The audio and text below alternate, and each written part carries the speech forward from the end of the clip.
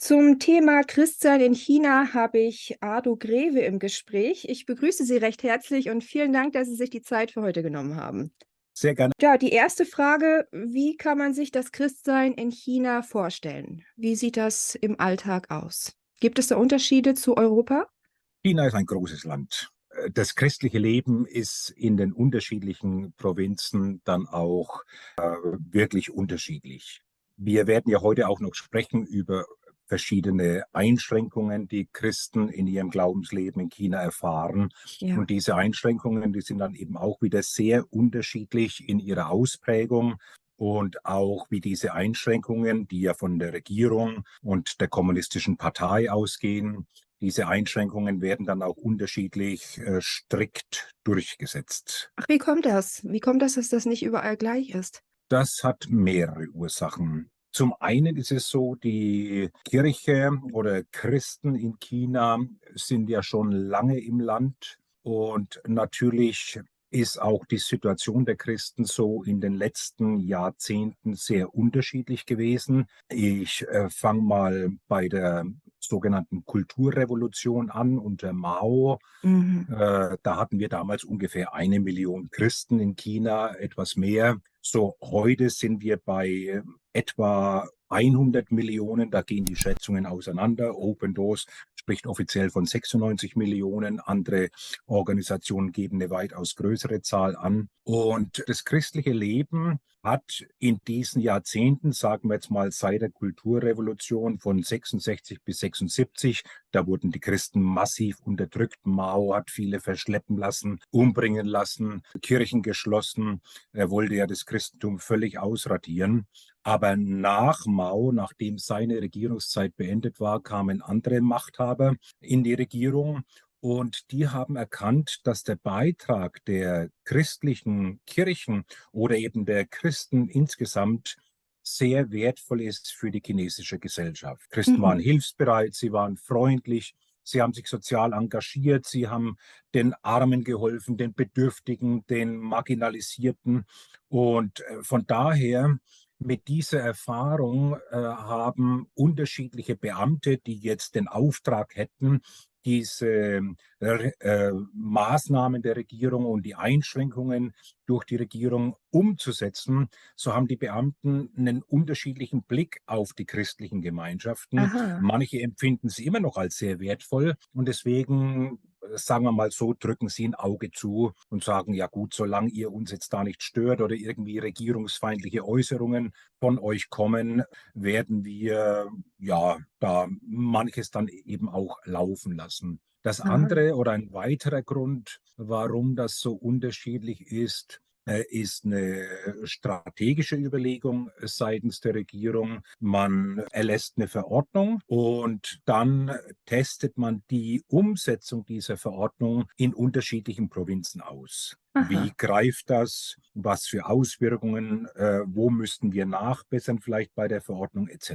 So, das sind schon mal zwei ganz wesentliche Gründe, warum das sich sehr unterschiedlich darstellt. Mhm. Ja, sehr interessant. Ich hätte eigentlich gedacht, dass das konsequent überall durchgezogen wird. Beamten innerhalb von China ja vielleicht auch gar nicht so die Möglichkeit haben für individuellen Spielraum, weil man vielleicht auch Angst hat vor eigenen Problemen, die man dann bekommt. Aber das ist tatsächlich doch noch gegeben, dass man auf Wohlwollen stoßen kann, ja? Ja, da sprechen Sie einen wichtigen Punkt an. Diese Handlungsfreiheit, die es ja tatsächlich gar nicht gibt, aber die sich dann eben manche nehmen, diese Handlungsfreiheit, der Raum, der wird immer kleiner, Aha. weil Xi Jinping mit der Kommunistischen Partei sehr darauf drängt, massiv darauf drängt, dass eben die Vorgaben der Regierung auch eins zu eins umgesetzt werden.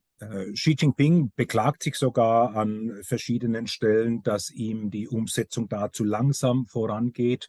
Er beklagt sich da zum Beispiel immer noch über die massiven missionarischen Tätigkeiten der christlichen Kirchen und hat da in der Nationalversammlung beispielsweise dann gefordert, dass die Überwachung der Kirchen wesentlich zügiger vorangehen muss. Fühlen sich schon Mhm. beobachtet, ne? Die Beamten fühlen sich beobachtet, ja. Inwiefern stehen denn die Werte des Christentums konträr zu denen, ja, was die Partei letztendlich verbreiten möchte? Warum ist das Christentum denen so ein Dorn im Auge? Das hat auch mehrere Gründe. Zum einen kann man schon gleich eingangs sagen, wer sich über Xi Jinping stellt in China oder wer jemand anderes, wer zum Beispiel Jesus Christus über Xi Jinping stellt, der muss mit Bestrafung rechnen. Unglaublich. China ist ja laut Verfassung ein atheistischer Staat.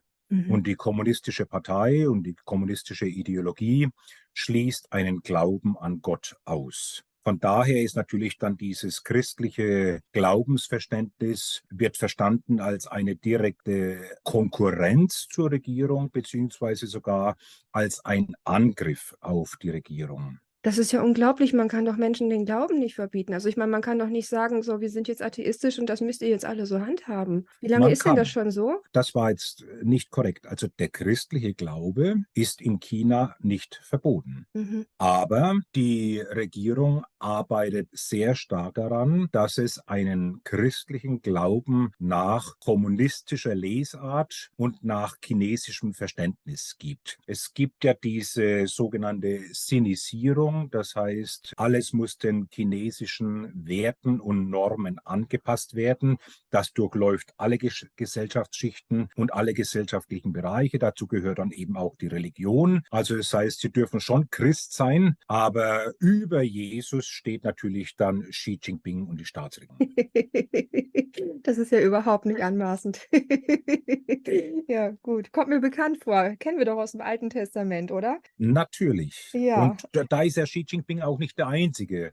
Also ja. vergleichsweise haben wir mit einem sehr starken Personenkult Nordkorea. Auch Mhm. da ist der christliche Glaube verboten. Beziehungsweise es gibt offiziell werden sogenannte Showkirchen betrieben, zum Beispiel in der Hauptstadt in Pjöngjang, so dass den Touristen vorgegaukelt wird, hier gäbe es so etwas wie Religionsfreiheit. Tatsächlich folgt das nordkoreanische Regime einem Führerkult oder Personenkult. Das heißt, der Staatsgründer Kim Il-sung, sein Sohn, der schon verstorben ist, und jetzt der Enkel, der aktuelle Machthaber Kim Jong-un, die Mhm. müssen praktisch verehrt werden wie Götter. Mhm. Und dieser Personenkult, eine ganz, ganz ähnliche Entwicklung sehen wir jetzt in China. Das heißt, Xi Jinping steht an oberster Stelle und er hat sich ja jetzt auch dadurch, dass die Amtszeit des Präsidenten praktisch auf Lebenszeit ausgedehnt werden kann, hat er sich eine unangreifbare Machtposition gesichert. Mhm. Interessant, das sind Länder, die dem BRICS-Bündnis zugehören. Ja, unter anderem China, Russland, Indien, Südafrika, No. ja, Ja, Brasilien. und Nordkorea ist ja interessiert, ist zumindest solidarisch mit Russland. Also kann man davon ausgehen, dass das letztendlich eine Ideologie und ein Schema ist, was ja dieses neue Bündnis, sage ich jetzt mal so, insgesamt anstrebt? Ob das jetzt explizit gegen den christlichen Glauben, vom Ursprung her gegen den christlichen Glauben gerichtet ist, das würde ich jetzt so strikt nicht sagen. Aber wir sehen ja bei dem Zusammenschluss dieser Länder, die Sie erwähnt haben, Mhm. dass diese Länder sich wenden gegen die freiheitlich-demokratische Grundordnung, gegen die westliche Lebensart von Verständnis von Menschenrechten beispielsweise. Und das sehen wir ja auch in China, also Meinungsfreiheit, Versammlungsfreiheit, Religionsfreiheit, das gehört nicht zum Verständnis der Menschenrechte in China. Mhm. Aber auch hier in Europa sind mittlerweile Gesetze in Planung, dass ja letztendlich die Meinungsfreiheit eingeschränkt ist. Sei es durch die Zensur in dem Social-Media-Bereich oder auch was bestimmte Aussagen anbelangt, die man eventuell so aus der Bibel nicht mehr übernehmen kann, weil man dann ja gegen Minderheiten verstößt oder so. Gibt es da nicht auch eine Entwicklung in Europa, dass wir uns auch langsam dem anpassen? Es gibt da auf jeden Fall eine Beobachtung in Europa, dass hier Maßnahmen, vielleicht auch eben Gesetze vorgebracht werden, die das religiöse Leben der Christen empfindlich einschränken können. Hm. Nur noch mal zurück, auf China. Wie kann ich mir denn jetzt so ein christliches Leben in China vorstellen, so im Alltag? Wie macht sich das bemerkbar? Also, wo ist da ein Unterschied, zur EU, sage ich jetzt mal? Ich denke, da müssten wir noch ein bisschen weiter ausholen, um überhaupt erst mal zu verstehen, wie die Kirche in China überhaupt konstituiert ist. Mhm. So, es ist ja nicht eine große Kirche, sondern viele unterschiedliche Denominationen oder Konfessionen. So, wir haben, nennen wir einfach mal die auch bei uns in Deutschland gut bekannten großen Kirchen, also die katholische und die evangelische. Da haben wir in China jetzt bleiben wir einfach mal bei dieser runden Zahl von etwa 100 Millionen Christen in China. Wir haben zum einen die staatlich registrierten und kontrollierten Kirchen. Mhm. Und dann haben wir sogenannte Untergrund- oder Hauskirchen. Mhm. So, die staatlich kontrollierten, da haben wir einmal im Bereich evangelische Kirche, haben wir die sogenannte Drei-Selbst-Kirche, Mhm. so wird die genannt. Mhm. Und im katholischen Bereich haben wir die Katholische Patriotische Vereinigung. So, das sind zwei große Körperschaften, die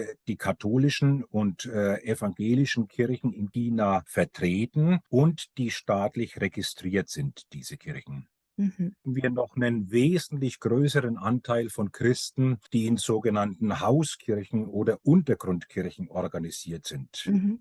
Die Untergrundkirchen, die sind damals überwiegend während der Zeit unter Mao entstanden. Die Christen waren ja mit dem Tod oder mit Verhaftung bedroht. Das heißt, die gingen in den Untergrund, haben sich heimlich getroffen, deswegen Untergrundkirchen. Und diese Untergrundkirchen, da haben sich riesige Netzwerke dann ausgebildet innerhalb ja, selbst während der Kulturrevolution ist die Anzahl der Christen gewachsen, trotz der massiven Verfolgung. Mhm. Habe ich gehört, ja. Oh, ja, und die Untergrundkirchen machen auch heute noch, oder die Hauskirchen machen auch heute noch den größeren Teil der Christen in China aus. Ja, ich habe mal So, das gehört, dass heißt, gerade zur Zeit der Verfolgung besonders großer Wachstum in der Christenheit war. Also, dass gerade zur Zeit der Verfolgung besonders viele Menschen sich bekehrt haben. Ist das richtig? das gilt für China, das gilt aber auch für andere Länder, dass Verfolgung dazu führt, natürlich zuallererst mal zu Erschrecken bei den Christen, teilweise auch zu Furcht und dann natürlich auch zu Überlegungen, wie gehen wir jetzt mit dieser Situation um, dass uns bestimmte Dinge, sagen wir mal Gottesdienste, werden plötzlich von der Regierung verboten. So, Mhm. das heißt, die Christen werden jetzt vor eine Entscheidung gestellt. Höre ich jetzt mehr auf das, was meine Regierung sagt,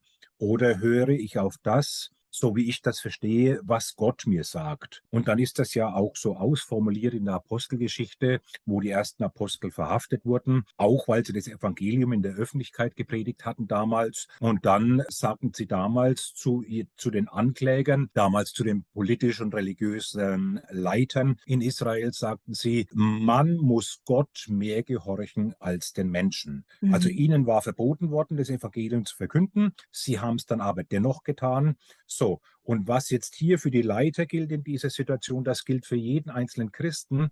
Verfolgung führt dazu, dass die Christen immer wieder vor die Entscheidung gestellt werden, wie entscheide ich mich? Halte ich jetzt offiziell auch an meinem Glauben an Jesus fest, obwohl mir das Nachteile, Repressalien, vielleicht sogar Verhaftung, vielleicht sogar den Tod bringt? Oder verberge ich jetzt meinen Glauben, um eben diesen Drucksituationen zu entgehen? Mhm. Das heißt, wir haben hier in ihren Herzensentscheidungen sehr viele gefestigte Christen, weil sie immer wieder diese Entscheidung neu festmachen müssen. Ja, ja. Ich schäme mich meines Glaubens nicht, sogar Kinder in der Schule, die dann eventuell vorgeführt werden vom Lehrer. Ach, guckt mal, da haben wir einen Christen. Also wie kann man nur sowas glauben? Und dann werden die Kinder vorgeführt vor der ganzen Klasse.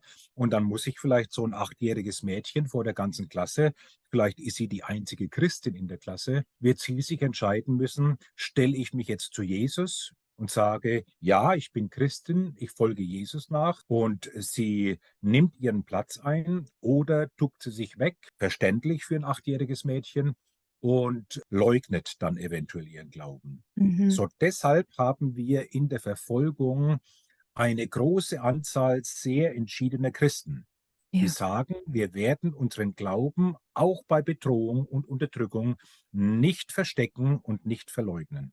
Ja, wundervoll. Also, aber wie sehen denn dann die Schwierigkeiten aus, die jemand haben kann, wenn er jetzt also sagt, ich orientiere mich jetzt ausschließlich oder überwiegend an der Bibel, also da, wo es halt für den Staat schwierig ist. Was sind dann die Konsequenzen? Was kann dann passieren? Auch sehr unterschiedlich, welche Maßnahmen dann eben Regierungen ergreifen. Also wenn wir jetzt nochmal zurückgehen zu China, Ja. die staatlich regulierten Kirchen, also diese lutherische oder protestantische Drei-Selbstbewegung oder Vereinigung und dann die katholische Patriotische Vereinigung, so, die sind staatlich registriert, werden auch vom Staat überwacht. Die sogenannten Hauskirchen versuchen sich dieser Überwachung zu entziehen, indem sie sich eben nicht registrieren lassen. Das heißt, eben auch die Namen der Mitglieder sind nicht bekannt oder eben nur teilweise bekannt. So, und wenn jetzt die Regierung bestimmte Anordnungen erlässt, ich nenne mal eine von vielen, dass zum Beispiel alle Kirchen aufgefordert sind, zu Beginn des Gottesdienstes die Nationalhymne zu singen, Hm. dass sie aufgefordert sind, in ihren Gottesdiensträumen Kameras anzubringen zur Überwachung der Gottesdienste, sodass die Predigtinhalte bekannt sind, sodass man genau sehen kann, wer besucht den Gottesdienst, was wird dort gesprochen in den Gottesdiensten, was ist an Predigtinhalten, an Themen da, ist da was politisch Brisantes dabei. So, da sind dann eben die Haus- und Untergrundkirchen, die sich dieser Überwachung entziehen wollen und dann eben solchen Anordnungen nicht Folge leisten. Das Mhm. führt dazu, wenn die Religionsbehörde, die der Kommunistischen Partei unterstellt ist, wenn die Religionsbehörde dann eben einen Überraschungsbesuch macht in so einer Kirche, kann ich Ihnen gleich ein Beispiel dazu geben, dass dann eben die Kirche dann im Nachhinein oder sofort während des Gottesdienstes noch geschlossen wird und die Gottesdienstbesucher verhaftet werden. Die werden dann Verhaftet. befragt zu Mhm. ihrem Glauben und dann werden weitere Konsequenzen angedroht, wenn sie sich eben nicht den staatlichen Anordnungen fügen. Und wie geht sowas in der Regel aus? Also was sind dann das für Konsequenzen oder wie verhalten sich die Leute in der Situation? In der Regel sind sie widerstandsfähig. Mhm. Und das hat jetzt zum Beispiel dazu geführt, also wenn wir jetzt von 100 Millionen Christen sprechen in China, dann sind etwa 30 Millionen, das ist alles abgerundet, etwa 30 Millionen organisiert in diesen staatlich regulierten Kirchen und ungefähr 70 Millionen in sogenannten Hauskirchen. So, das zeigt schon mal, diese Hauskirchen, das sind also keine kleinen Clubs, die sich irgendwo in einem Keller treffen, sondern die haben teilweise tausende Mitglieder. Die haben an Sonntagen riesige Gottesdienste, beziehungsweise hier muss ich korrigieren, die hatten an Sonntagen riesige Gottesdienste. Und eine Konsequenz jetzt aus diesem Bemühen der Regierung, die Untergrundkirchen genauso zu regulieren und zu überwachen wie die staatlich registrierten Kirchen.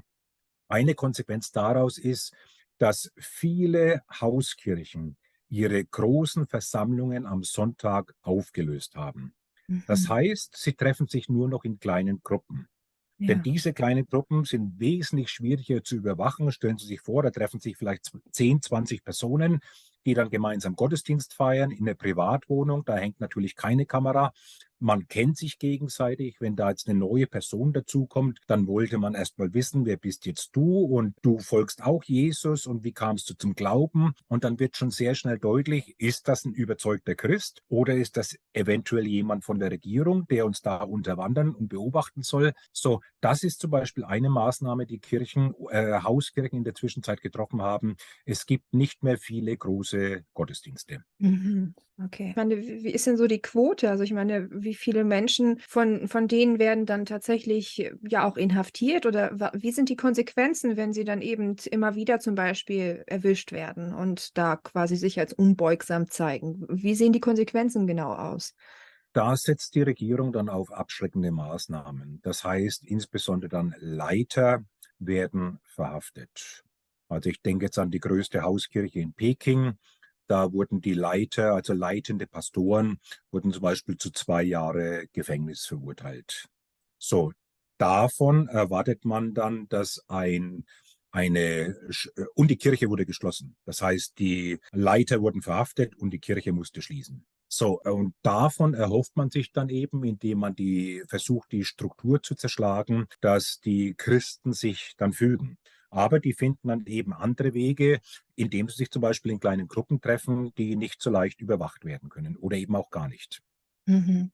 Und andere Situation, es gibt ja seit 1. März 2018 haben die religiösen Regulierungen oder Gesetze wurden immer weiter verschärft. Da kam zum Beispiel damals auf, dass es Kindern und Jugendlichen unter 18 Jahren verboten ist, christliche Veranstaltungen zu besuchen. Mhm. So, ja, das heißt, das Ziel der kommunistischen Regierung in China ist, eine ganze Generation von Christen und natürlich auch von der Gesellschaft vom christlichen Glauben auszuschließen. Ja, indem sie vorher einer anderen Prägung unterliegen, möglichst lange. Exakt. Mhm. Während eben Kinder und Jugendliche nicht mehr an christlichen Veranstaltungen oder Gottesdiensten teilnehmen dürfen, und jegliche Lehre von Christen gegenüber Minderjährigen verboten ist.